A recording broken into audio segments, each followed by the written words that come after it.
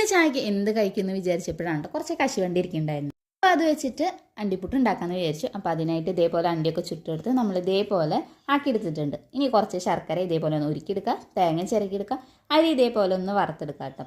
ഇനി കശുവണ്ടിയും അതേപോലെ തന്നെ തേങ്ങയും നമുക്കൊന്ന് പൊടിച്ചിട്ട് ഈ ഒരു രീതിയിലാക്കിയെടുക്കാം. അരിയിലേക്ക് കുറച്ച് ഏലക്കായും കൂടി ചേർത്തിട്ട് പൊടിച്ചെടുക്കുക. എന്നിട്ട് നന്നായിട്ടൊന്ന് അരിച്ചിട്ടെടുക്കണം.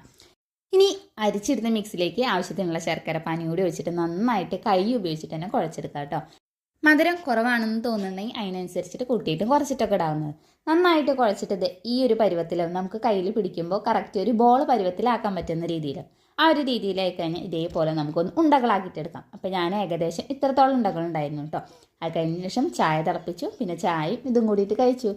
നിങ്ങൾക്ക് ഈ ഒരു പലഹാരം ഇഷ്ടമായെങ്കിൽ നിങ്ങൾ ഒന്ന് ട്രൈ ചെയ്ത് നോക്കുക. ഈ ഒരു വീഡിയോ നിങ്ങൾക്ക് ഇഷ്ടമായെങ്കിൽ ചാനൽ ഒന്ന് സബ്സ്ക്രൈബ് ചെയ്ത് സപ്പോർട്ട് ചെയ്യുക. അതേപോലെ തന്നെ തൊട്ടടുത്തുള്ള ബെല്ലൈക്കനും കൂടി ഒന്ന് ക്ലിക്ക് ചെയ്യുക.